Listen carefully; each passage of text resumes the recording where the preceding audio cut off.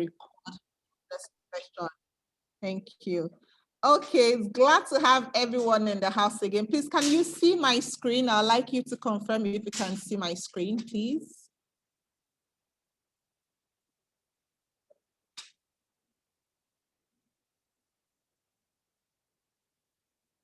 Can you see my screen? Yes, awesome. Okay, thank you. Yes, okay. We can see it. Fantastic, fantastic. So we'll just go ahead and start. All right. Welcome everyone once again to the 18th edition of my HR Live Story. Basically, what we do here is just to have career conversation and just gist. It's a platform that offers the methodology of storytelling for us to learn from authentic career stories of successful professionals in HR and outside the HR profession. Today is going to be another exciting time again. Basically, the purpose for us is to learn from the wisdom of professionals that have gone ahead of us, so we can understand what principles worked for them, what also did not work as well. It's not just all about elaborating success principles, but also to take life learnings as well. This is because research has shown that one of the best form of learning is through storytelling, because storytelling is powerful, storytelling is relatable. With storytelling as well, we can connect to their own experiences and from there define and design our own career journey. So it's not for us to just take in everything they've told us, but for us to understand the principles that has worked and then learn and see how we can adopt and design our own career journey. That's the whole essence. And of course, speed mentoring as well. And for us to also take a glimpse from their own personal journey.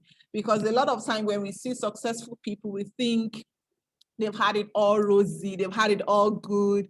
I mean, they are lucky, but in most cases, it's not always like that. So this is an opportunity for us to ask them questions and of course, take learnings from their own experiences. On that note, I would like to welcome everyone once again to today's storytelling session.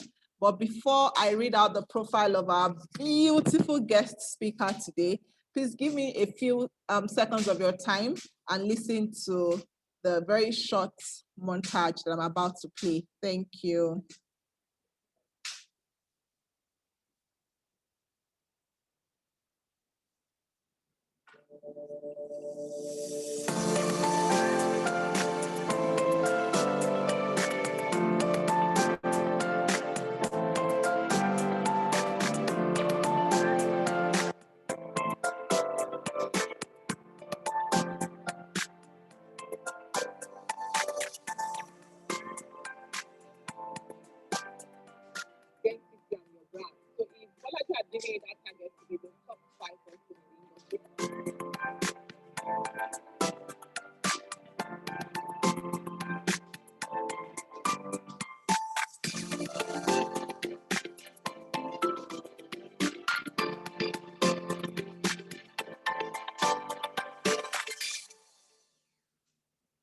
Thank you so much, everyone, and welcome back. And on that note, I will go ahead and read out the profile of our beautiful guest speaker. Okay, now I can see only you and not your video. Okay, can you still see my screen, everyone, please? So I can see you, but not a screen. Not my screen. Oh, wow. Oh, yes. Apologies for that.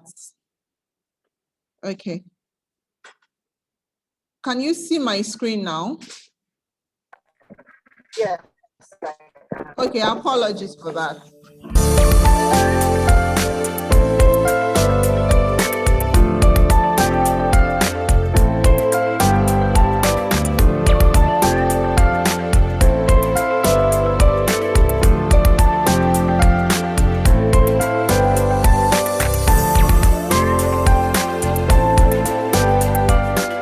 identity and your brand. So if Bolaji had given you that target to be the top 5 person in the industry,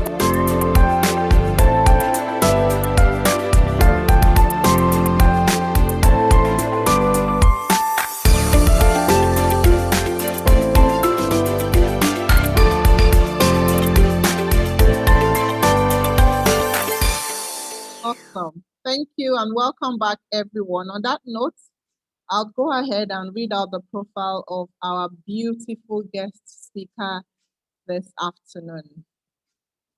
Dr. Benedicta Oyiana is an international business psychologist and an HR leader with extensive experience spanning the FMCG, banking and management, consulting industries, focusing on business process review and development from providing business advisory services to SMEs.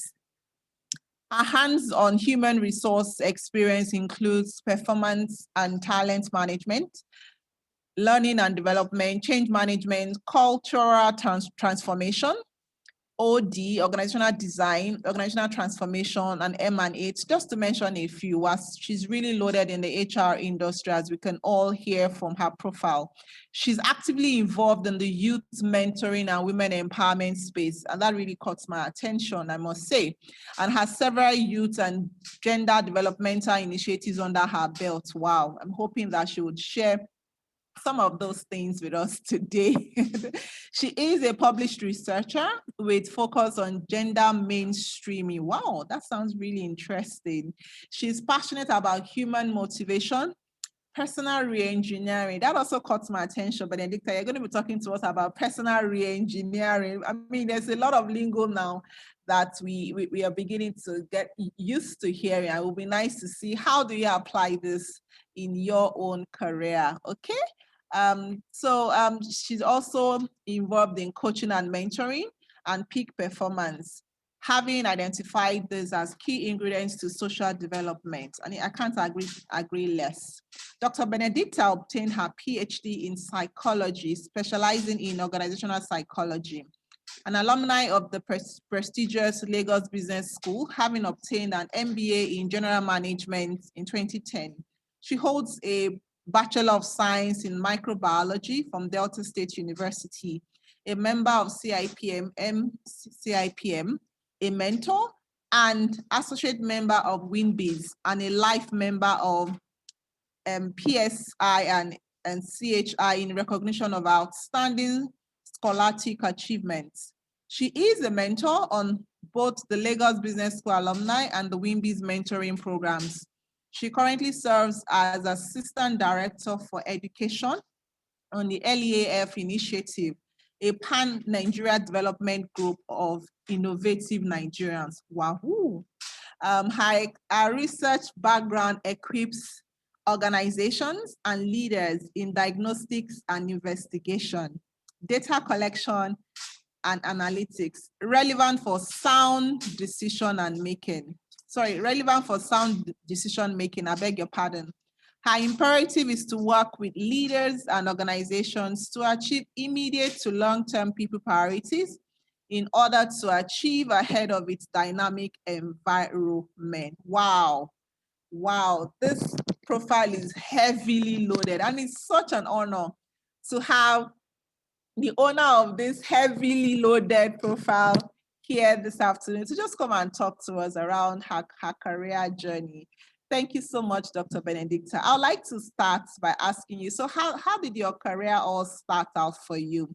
Did you have it well planned, well articulated? I mean, nowadays we hear, oh, have a career plan, short-term plan, long-term plan, who you want to become, know your purpose, pursue your purpose and pursue your vision. Did it all work out as you intentionally planned for yourself, or you just sort of stumbled on some things with regards to the things that you've done and you're doing? It would be nice to hear how your journey all started.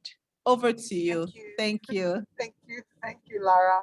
Thank you so much. And good evening, everyone. It's such a pleasure and an honor to come and spend and invade your Sunday evening. You know, I'm so sorry for that, but we played around with a lot of dates and we just had to arrive at this. As you you can see, I'm in transit. I'm not driving. So I thought to do this as we go along. So do expect some bumps. Maybe if we're going through where there's interference with the net, I'll dial back in. But it's so great of you to join us this evening. And to your question right away, Lara, I may switch off my video just so we can really have this talk, and they're very minimal distractions. But straight away to your question as to how did it all start, I think it started with, and I like to say this, but most people don't believe it. It was stumbling on the right material or books. There are a couple of books in my life that have been very instrumental to my life choices and my journey to date. But one of them remains Change Your Life in 7 Days by Paul McKenna. That's it. I stumbled on that book very early on, and I was exposed to a lot of things we know now. Like if you're familiar with the book called The Secret, if you're familiar with there's this one by Success Principles, precisely that one. Those then came into my life to really shape the kinds of things that I would do. One thing was very clear in terms of choosing how I wanted to play. I knew, I studied microbiology. I knew that the only way I would be excited about my job is if I see the day-to-day impact. At the time in Nigeria, biotechnology was not such, it was just starting, it was just gaining publicity. And I tried a few times to further my education in that field, and it didn't work out. And I was clear I wasn't called to be a laboratory person and dealing with blood and those kind of samples, DNA samples. No, I wasn't. I wasn't.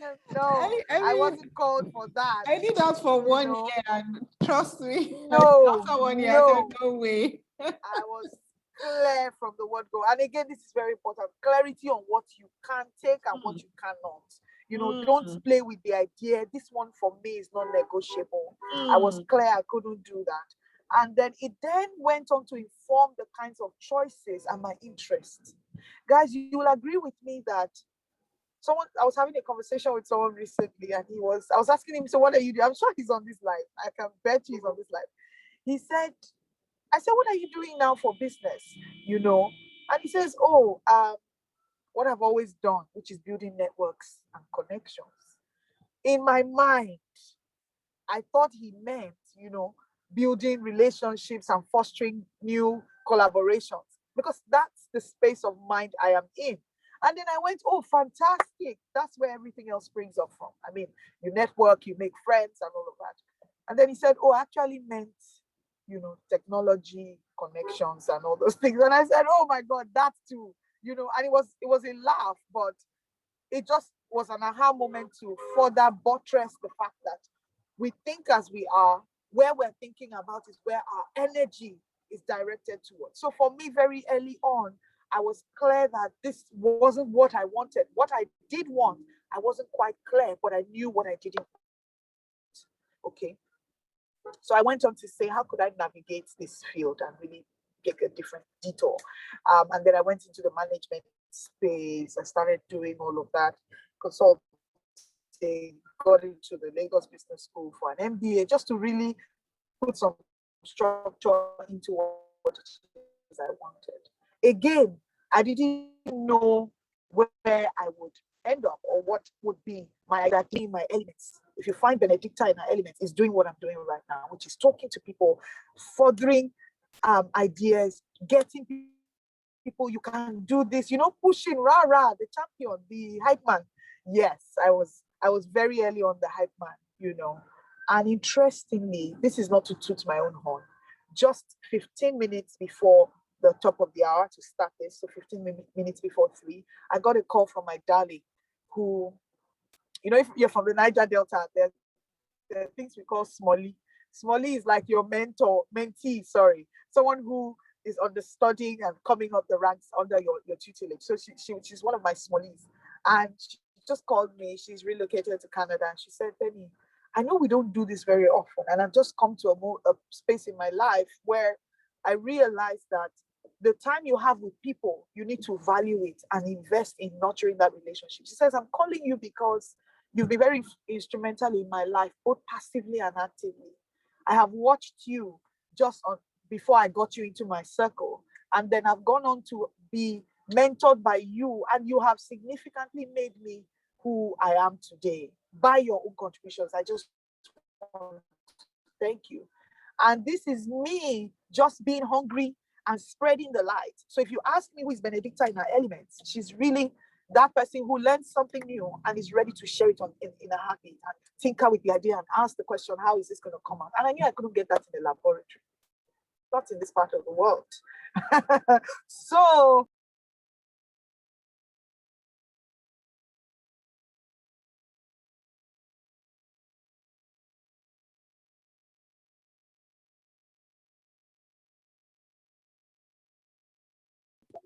oh wow, how long have I been on mute? Just for a few seconds, yes. The last word I heard from you was from this part of this world. Okay. Oh, okay, fantastic. So from this part of the world, I couldn't, this kind of career choices were clearly not the ones I wanted to pursue. So I've gone on to choose my battles, so to speak, to pick, be deliberate about the things I want to experience. And this is one of the success principles or the secrets of successful people. They're very clear on what it is they don't want. They may not have the true picture of what should be or what excites them. They will have snippets of it, but they're very clear that this one, no, non-negotiable for me. So I hope that does justice to your question, Lara. As I just delve into a few things that I'd love to share. If you have another question, you can shoot it. Otherwise, I think how does this work? They put their questions in the comment section. Yes. So you can go ahead and share, and as you share, people would feel free to put their questions in the chat box. But just go ahead and share. I mean, I'm a bit particular about the personal re-engineering that I read from your profile. I mean, we know about business process re-engineering as consultant. I mean, you have a consulting background. I also have a consulting background. A lot of organizations, when you talk about process re-engineering, now applying it now to the human space. So tell us a bit more about personal re-engineering. That sounds really interesting. It's the same thing. Can you hear me? Yes. Okay. So it's pretty much the same principle. There's no hard and fast grandeur definition to it. It's simply saying your personality or your persona, the entirety of it can be re-engineered, regardless of your age. It's never too late to start again. It's never too late to pick up and change course. Many people feel, oh, I've come this far. Where do I start? How do I change this? This isn't working. If it is not, so change it. We are never victims of circumstances. We create our experiences deliberately or by our inaction. So whether you like it or not, you are creating something. For the science people or the science background people know that energy is never created or destroyed. It's energy. It just moves from one form to the other. So you decide how you want to channel that energy and make it serve you. And if you look at personal re-engineering, there are a lot of people who say my chief reason for not wanting to relocate. Again, I'm not advocating that people relocate, but I'm saying there's some people who have said I can't go and start afresh. Nobody is asking you to do menial jobs. That's not the idea of re-engineering. Re-engineering is saying this hasn't been working. I want to tweak it. I'm not dumping what I know. The experience I've gathered to date is very relevant. Whether you're a housewife or you are the career man or whatever, your experience to date is relevant. And that leads me to my first lesson or nugget of the day. And what I'll be sharing today are really lessons I have had to learn along the way, and also lessons from people that I have associated with. You know that we are not islands. We integrate every era, and she's sharing with me the wealth of her own experience, which can benefit me in my own way. So that's what I'm kind of putting together today to share with us. There's nothing I will say that you probably haven't heard before, and I just want to put that out there. But I'm going to tell you, I have seen most of these principles work.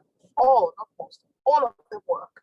But the differentiator today will be if you just listen in and do nothing, or you listen in and take action going forward. We're not asking you to completely throw out or reorganize your life. We're saying what needs to change. What are the tweaks that need to happen in our respective journeys?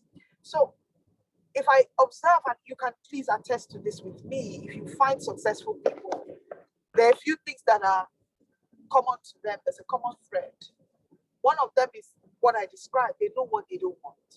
They're very clear. Second thing is they spend time to reflect. They have conversations with themselves. And this is so critical. It's not always, we've been wired to get up and go. We've been wired to get up and go. But these people spend good time with themselves to say, what is working, Benedicta? What is working? Which part of your life is not working? And what needs to change? We've been raised in this part of the world to say, be dogged, stay at it, That is good. And I'm going to talk about that later.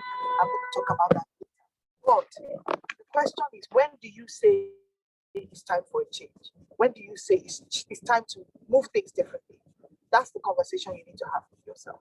So another point another thing they do is, what I've realized as well is, you and I to date, what's today's date? 18th of July. You and I are a sum total of all of our decisions to date. Whether you decided to do this certain course, whether you decided to do or marry or buy a house in this and not this area, you and I are a sum total of all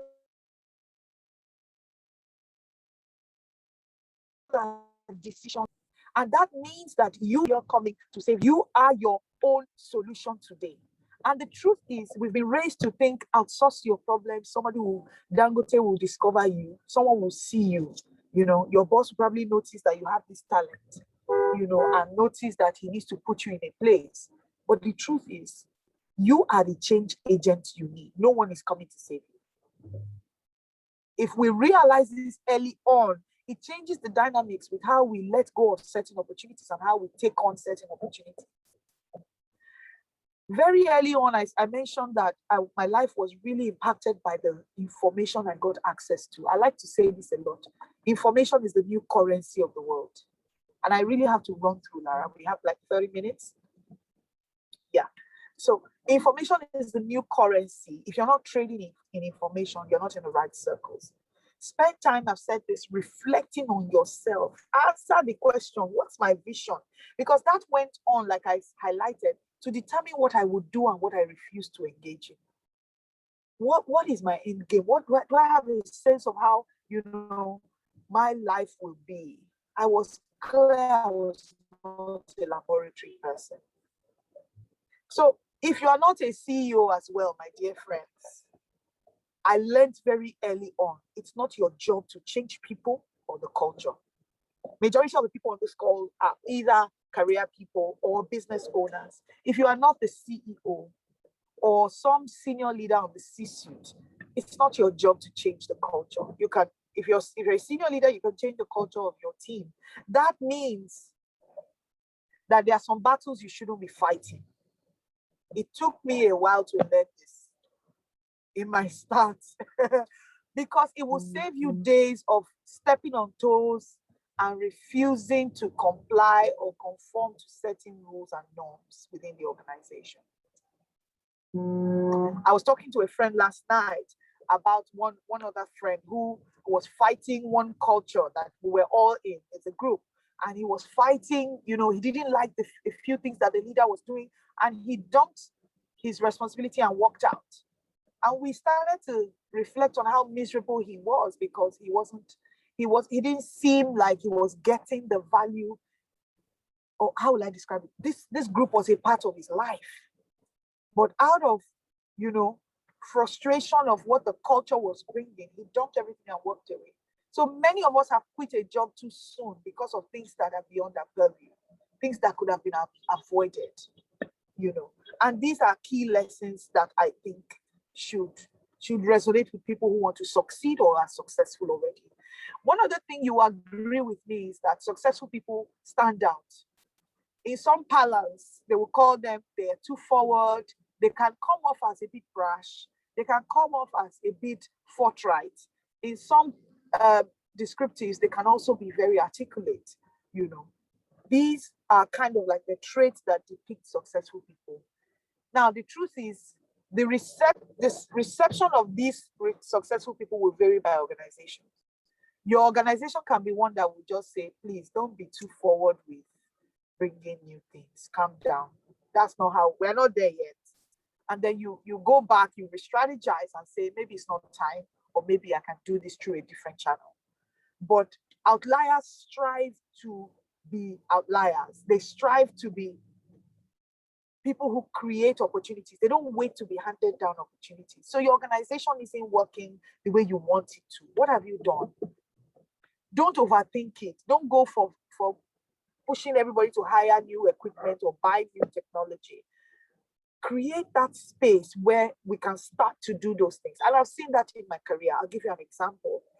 Very early on, I saw that my passion for women, you know, couldn't hide itself, whether from my social, religious, or my personal life. I could just express my passion for women in any way. And so when the opportunity came to champion the women movement within my organization, you will always see my hands up. You will always find me there, leading the chant, rah, rah, everything on gender. No surprise that my dissertation was on gender mainstreaming. No surprise, you know. Attention flows where your heart goes. If you are still wondering, really, I'm not so clear about what my life is about or where I really want to channel, follow what your heart is beating for. Stop asking, and it was, which president said this? The American president. Don't wait for what America can do for you. Find what America needs and go do it, okay? Stop waiting for which business idea is thriving. Find what comes alive within you and go and make it a business. It's a different way to tweak the script. Another key characteristics of very successful people, which I honed this skill a long time. If you knew me in my teenage, I was quite timid. So it's surprising for people to understand and marry these two personas today. I was quite timid, but I knew what I wanted. I knew I was clear that I won't give up when I want something. These are traits of successful people. They don't quit very easily. They will be broken, they will be battered, they will be beaten, but they don't give up. It's okay to fail. Don't give up. It's okay to work under a boss that hates you. I have had my days where I had a boss. She was just nightmare personified. She was a nightmare personified. I I didn't know I was even walking myself into depression very early on until I got out there. I think I went to the gym or my sports center where we exercise under the open air. And I just looked up at the sky, and it was surprising to see the sky. And then I realized, oh my God, there's a problem. I haven't looked up in forever. I haven't looked up at the sky in forever. And I said, oh, I need to change this. I need to do something about it. I was so battered by what she was doing at the workplace. But there was a part of me that kept saying, this will change. I need to just give my 100%. I need to keep doing what I'm doing. One day I will get better. And guess what? Majority of the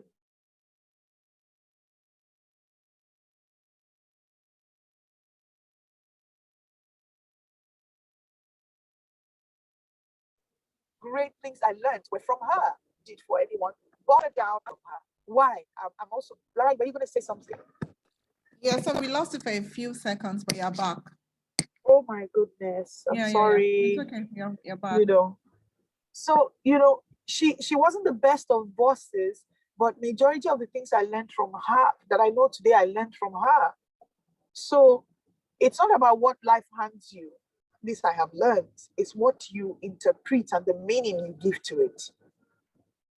And we joke a lot about this, like if life hands you lemons, make lemonades. That really making lemonades means that it's the meaning you give to the circumstance or the situation that really makes the difference. Okay, so what also worked in my favor thus far Hi, Dr. continues to Benedicta. work. Sorry. Yes, can you hear me? Yes. I mean, you touched on a loud very and clear. you touched on a very important point, especially given the fact that the conversation is around winning in the workplace. You Yes, just mentioned that it's really not around the things that we experience, but more around the interpretation that we give things. So if you want to share more on that in the context of in a work environment where work is kind of competitive and not collaborative, and everyone is sort of fighting to win in quotes. How do we overcome such environment? How do we ensure that the meaning and the interpretation we give, that despite the toxicity in such environments, despite the challenge and the competition in such environment, and yes, we still want to win and win authentically, win not playing games, win not pulling down other people, win not bootlicking. How do we go about that and yet give the interpretation of the experience that we find ourselves in such an environment to be authentic?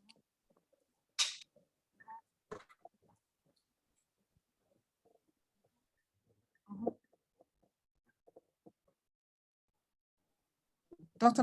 Benedicta, are you still there? Did you hear my question? Yeah, with you. Okay, great. Yes, I did. You froze at the later end, but I did get everything you said. So you are asking a very big question that I know everybody on the call will be shaking like, yes, I've seen a comment saying you hit the nail on the head. Running a live session as we speak. Hello, Lara. We can hear you. Okay. Yes, so, sorry, I got a call. Sorry, go on, please. Okay. So that's why I started with the conversation that except you are the CEO, you will not be able to change the culture. So back to the space where we are. What can I do? Working in a toxic environment. Trust me, I've had my first hand of toxicity within the workplace, within teams, and you will all agree it starts from the teams, your immediate teams, and then the teams that you are accountable to. Now, how do you manage? Very simple. Let your intentions be honest. I don't know how else to say this. If you join the rat race, you become a rat. It's very simple. You join the rat race, you get on the hamster wheel, you become a rat. So you have to decide first, regardless of what I'm experiencing, my intentions will be honest and sincere, coming from a good place. Good place. It's very hard to find good people these days. That sets you off already to manage your biases. Because let's take, for instance, Lara is hitting me on a daily basis with her negativity and everything, whatever. And then the other members are hitting me. And then I'm to come to work every morning and smile like nothing is happening. I must have done some conditioning within to be able to put that smile up. There's a lot of conditioning that I must psych myself up literally every day. And I've had to do that at some time in my life. But what helps you guys is knowing your why. Knowing your why. Why are you here? And what is your end goal? I shared this at the start. Where are you walking towards? You see, it's so difficult to go on a journey without a map. It makes it hard. This is why you and I rely on Google Maps. If I have an end game that says, look, in 20 years, in 15 years, I'm able to project that I should be doing this. I may not have the exact, but I should be managing this and this. I should be able to have risen in my career to this point.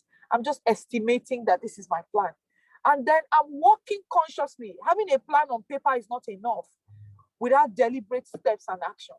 I'm working consciously. I'm going to school. I'm getting better. I'm improving my skill set. I'm growing my network. If the only people that know about your epicness is your line manager, you're in trouble. If the only people that know about your great work that you're doing are those within your organization, you are limited in your scope. So first of all, I said, let your intentions be honest. Don't do tit for tat. Don't do that. It means you're one of the bad guys. Ensure you're not in that space of tit for tat. Then get your acts together. Know why. Know your why. Where am I working towards? I need this experience because I want to have this at the end of the day. I need this exposure because I'm working towards getting this. And then what are you actually doing towards that? Now, when you get to the boardroom, I know some people are saying, but see, Benedicta, when we get to the boardroom and they are hitting you in the meeting room and they are stoning you, literally throwing stones at you, what do? Always emotional intelligence. We speak about this in big grammar. Never be negative. Never pay evil for evil. Why? You are grooming yourself to be cultured. You are grooming yourself for class. Never be found throwing tantrums or being the one throwing back what they're giving you. You give me, I'll give it back to you. Never get into that space. It's a very low place, low way to play. There are strategic ways of getting things done through your alliances, by the way, within the organization. So I'll leave you with a question on that. Who knows what you're doing within your organization today? If it is just your line manager, then there's a problem. So we're getting some feedback, Lara. Okay. Yeah, I'm muted. Okay. So who knows what you're doing? Who knows the contributions you're making? Who has access to your work? How many people know what you're doing? It's not about going every day to reports. This is what is happening. No. Who else knows about your work and can speak for you in other clients, not necessarily your organization? Last but not least on this point, Lara, is mental health is very important. If you get to the point where the toxicity has begun to affect you mentally and physically, by all means, make a decision. Make a decision for yourself, just so you don't walk yourself into a frenzy and lose at the end of the day. We all know of the story about Elon Musk, how he made very irrational decisions out of, emotional issues, very poor emotional health. So ensure that you are not working yourself up to that part of life. It's a very dangerous place to be, because the organization will go on without you. Absolutely. Wow, awesome. Thank you so much, Dr. Benedicta, for that. I think there's a question from John. Yeah.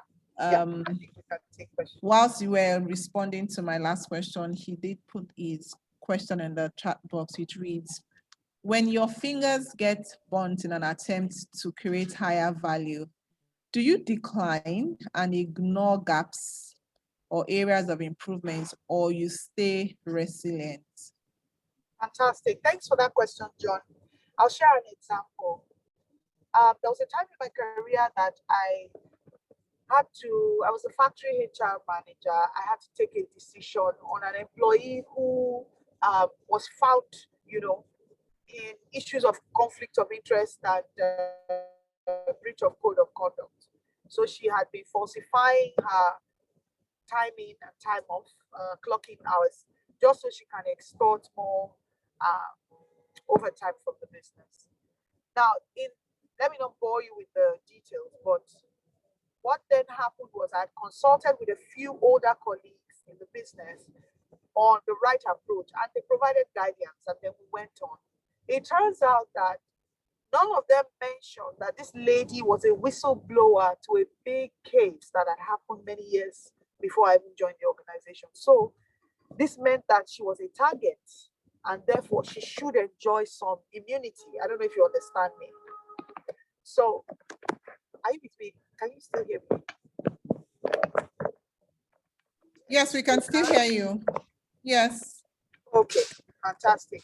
So, nutshell, thank you, Lara. So, in a nutshell, the case became, why would you even take her through the disciplinary process? She's a sacred cow. She's been a whistleblower in time past. Therefore, she's a target. So we have to protect her. I'm like, nobody mentioned that. I was just doing the needful. We had found major discrepancies, and in factory accounts, overtime management is a big overhead cost that can impact your P&L for the factory. So part of my responsibilities was to manage that. And this lady's name came up with evidences of how she had been falsified. But the business decided that because of what she had done before, she would enjoy immunity from this now grievous act. At that point, my boss feigned ignorance, like he didn't know about what had happened. And of course, who took the grunt? I did. I took the entire blame. Now, I had two choices, John. I had two choices. Number one choice was to cower and go back in my shell and say, never again will I try to help the business. This will never, no way, you can't find me there. I also had to contend with the news around the room, like, hey, she has really goofed, she has really messed up things. There's that. And then there's the part around what you mentioned. Should I just go with the flow or never comment anymore on anything that's wrong? I think you should take the higher road. Every time we face a challenge, take the higher road. The higher road is always one of integrity. It's never colored. It never looks blurry. It is clear. Where you see a need for improving the business, please contribute it. Do it. Again, you might need to consult broadly. That was a big takeaway for me. I would have extended my consultation beyond the senior colleagues I had engaged with.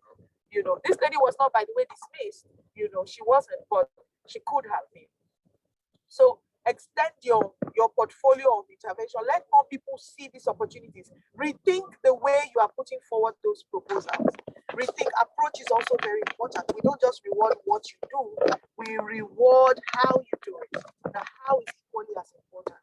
So yes, seek wise counsel, get more informed about the issues.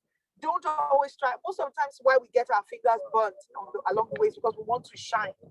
And the idea is not to shine. The idea is to create value.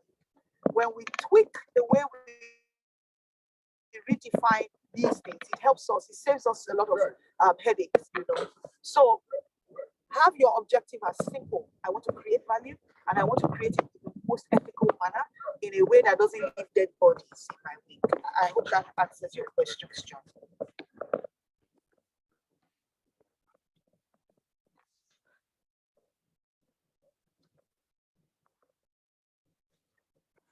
Thank you so much, Dr. Benedicta, for that response. Fantastic. Thank you. A question had come in earlier from someone. I'd like you to take it. Let me just quickly read it out. So this question is from, one second. I'm trying to scroll up.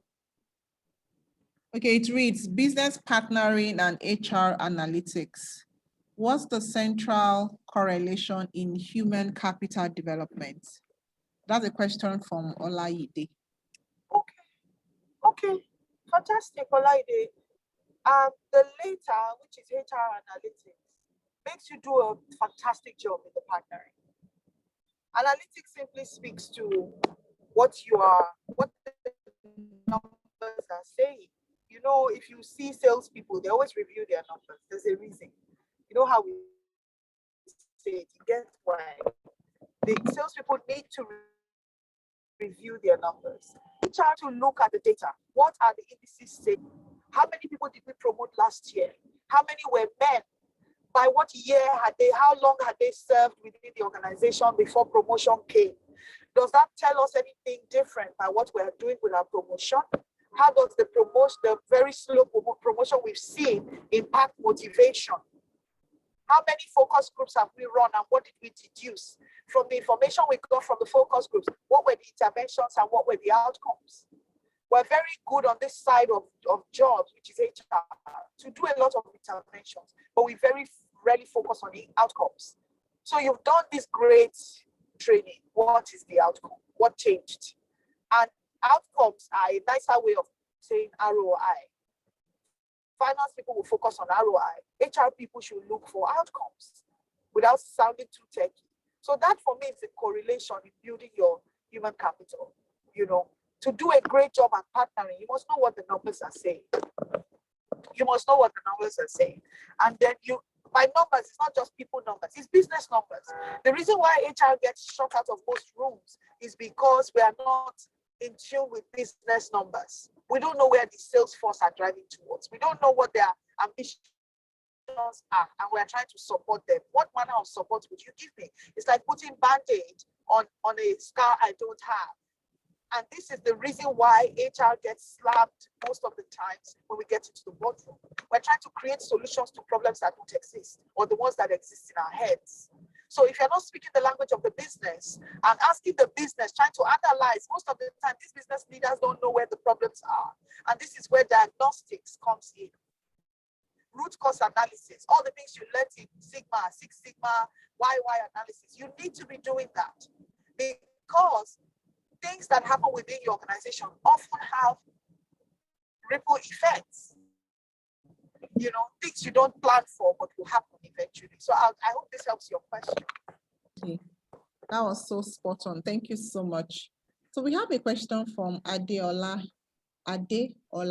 even though it seemed that you've already answered that in your previous response, but I'll read it out.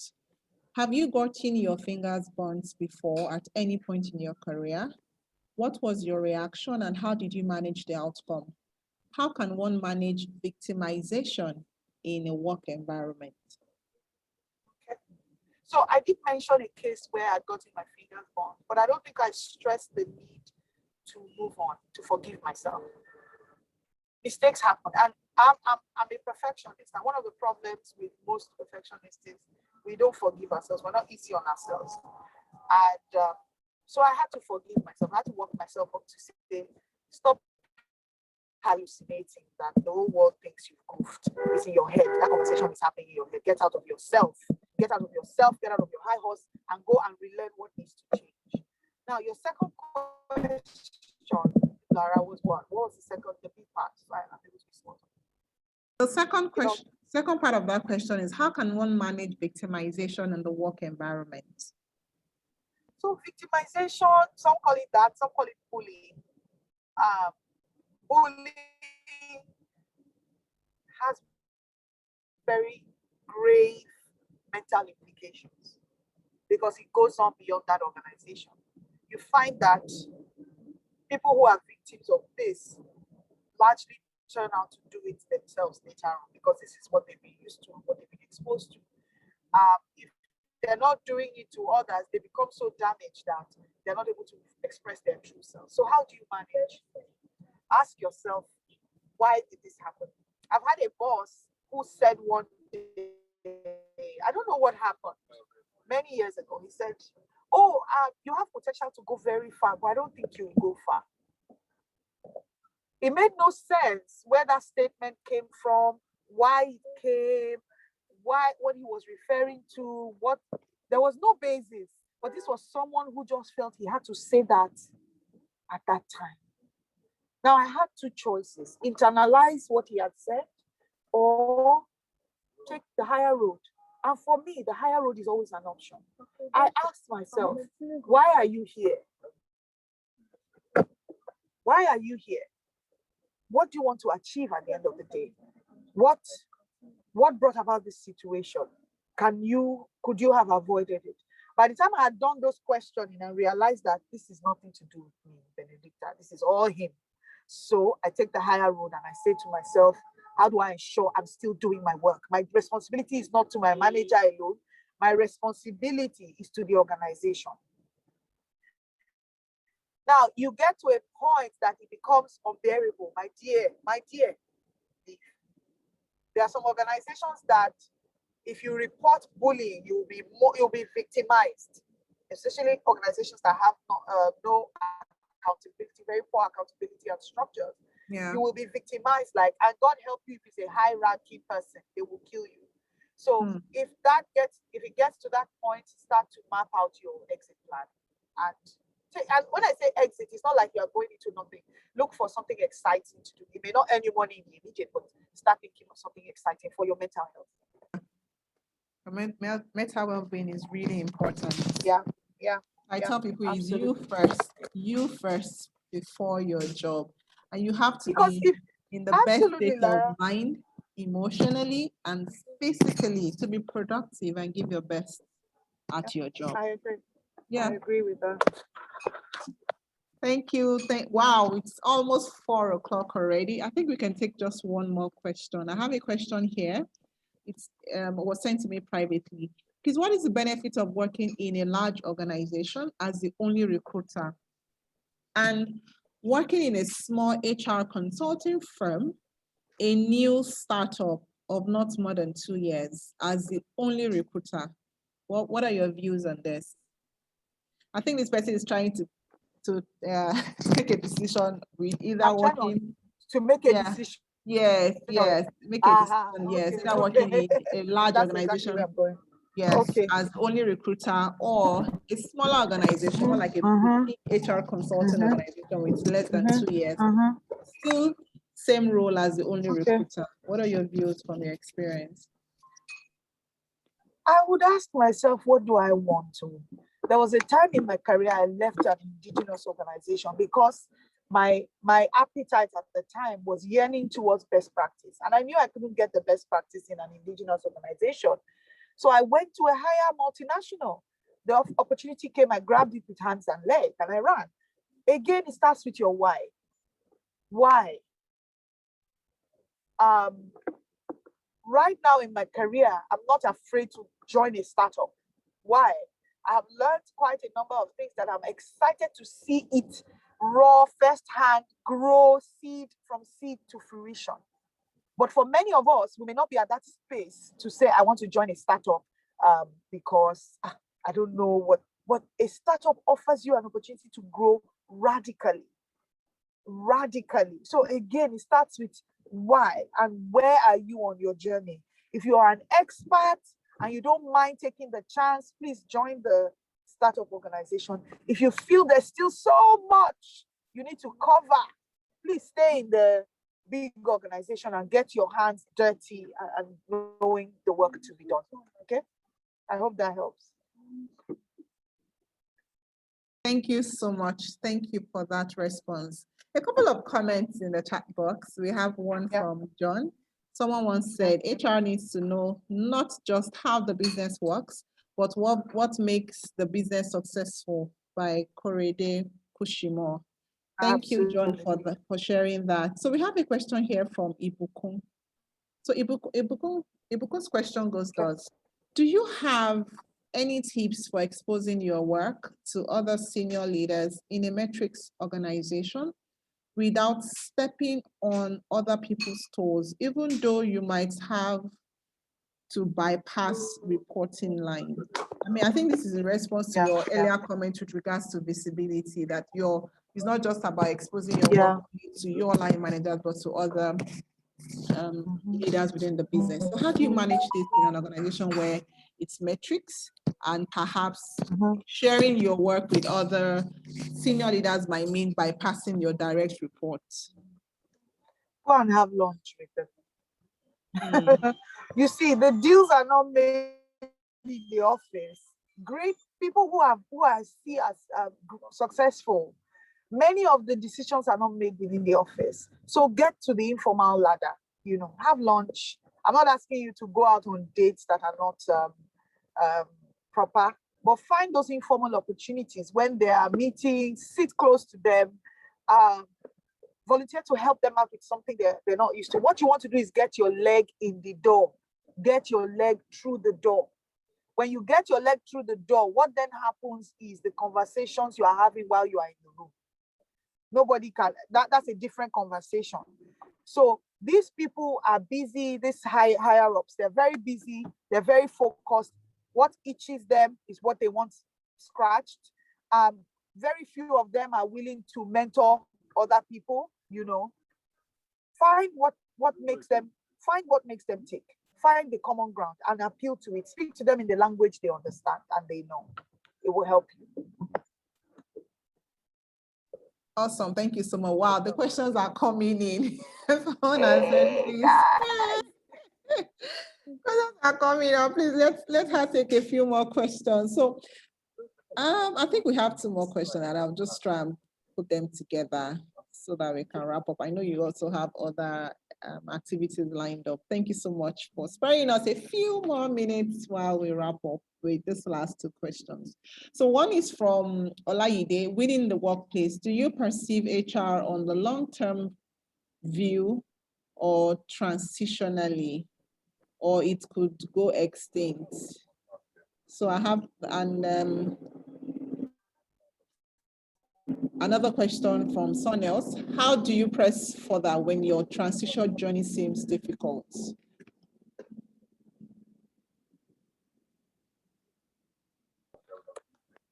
Okay, the question is, yeah, the last part I missed. What was the question? Okay, so the last part. Okay, the last part of the question was from someone else. How do you press further when your transition journey seems difficult? So the first question is more around HR role in the future of work, I believe. From Olayide: winning in the workplace, do you perceive HR so on the long-term view or transitionally, or it could go extinct? HR, as we know it, is evolving. If you're not up to speed on what the evolution points are, it is good to talk to someone. Please talk to someone. The other question is around how do you take a detour, make a difference, make a change from something that isn't working? Honestly, speak with a mentor. Speak with someone, and it doesn't have to be someone in the field. Okay, it doesn't have to be someone in the field. It can be someone in sales, and they will share with you how they've been able to navigate. We were never created to be islands. We were never. I don't know why most of us find it very difficult to talk and share. Share with people. Someone else has the solution that you're looking for. Awesome. Yeah. Wow, thank you so much. That was so spot on. Someone's hand is raised. I don't know if it's intentional. Zulahatu Atta, did you raise your hand intentionally, or it's a mistake? Zulahatu Atta, your hand is up. No, I didn't raise my hand. Maybe it just came on. I'm sorry. Okay, all right. But then I can say one word. Hello, Benny. I'm so proud of you. Congratulations. Thank you. Thank you. Thank you so much. Thank you. Wow. Wow. It's been an amazing time listening to you, Dr. Benedicta. Thank you so much. Wow. I mean, lots and lots of nuggets that you have shared with us here today, from what has worked for you, principles that are proven to work for you, principles that like you did mention, it's not new for some of us. For some, it might be new. For some, it might just be another refresher session. But there was something you said that really struck me, that the differentiator here is for us to take action. We've learned so much today around building relationship. We've learned so much around personal reengineering. We've learned so much around being intentional, being authentic with yourself. You know, there's just so much that you've given out today. What would make the impact for us is for us to deliberately begin to take action. And I believe that should start from our mindset. How do we see ourselves? I mean, for a lot of us, we want to win in the workplace, and we're facing challenges that are seemingly looking like they are tough, and sometimes it might really drain your energy. Dr. Benedicta spoke a lot about energy, and I'm of that school of thought that yes, your life is based on your energy. So how are you using your energy? Are you using it positively, or you're using it negatively? If you understand the power of your energy, your thoughts, I mean, our actions are driven by our thoughts, and the actions we give eventually leads to the behavior and the outcome of the results that we get. So on that note, I'd like to employ every one of us to begin to pay more attention to ourselves. She spoke about having that reflective time when you're asking yourself questions, you're assessing yourselves, you know. So it's important that we pay attention to ourselves, take actions from all the lessons that we've learned today, and you are sure, guaranteed that you're going to win, not just in the workplace, but in your career and in your life. Thank you so much once again, everyone. It's been another beautiful learning time with our special guest today. On that note, I'd like someone to just go off mute and give the vote of thanks. I mean, we've all been here to learn from her wisdom. We usually would allow anyone, depending on how excited you are, to please go off mute and just give your vote of thanks on behalf of every one of us. Who wants to go? Thank you, Doctor, for your time. Have Mary. Thank you, Mary, for taking that lead. Go ahead. Thank you so much, ma'am. You've actually remind us again of sometimes we might have issues in the office and all that, but you've just reminded us again that yes, sometimes we get our hands burned, but we should also have a kind of self-analysis, carry out a self-appraisal to ask ourselves, why are we doing what and for what purpose? So I want to say thank you on behalf of the group. Thank you so much. God bless you. God bless you. Real, real good. Thank you. Wow. Thank you so much, Mary, for that. Thank you. Thank you so much, everyone, once again, for your time. And thank you, Dr. Benedicta, for your time especially. Thank you. Thank you, everyone. Please stay safe. Ensure you follow all COVID-19 protocols. And wish you the best. And happy holidays. Happy holidays to those of us that are celebrating the holidays. And yes, Baraka de Salah to all our Muslim friends in the house this evening. Thank you so much, everyone, and do stay safe. Thank you, and bye-bye. Thank you. Bye. Thank you, Coach Lara. Thank you. Thank you, everyone.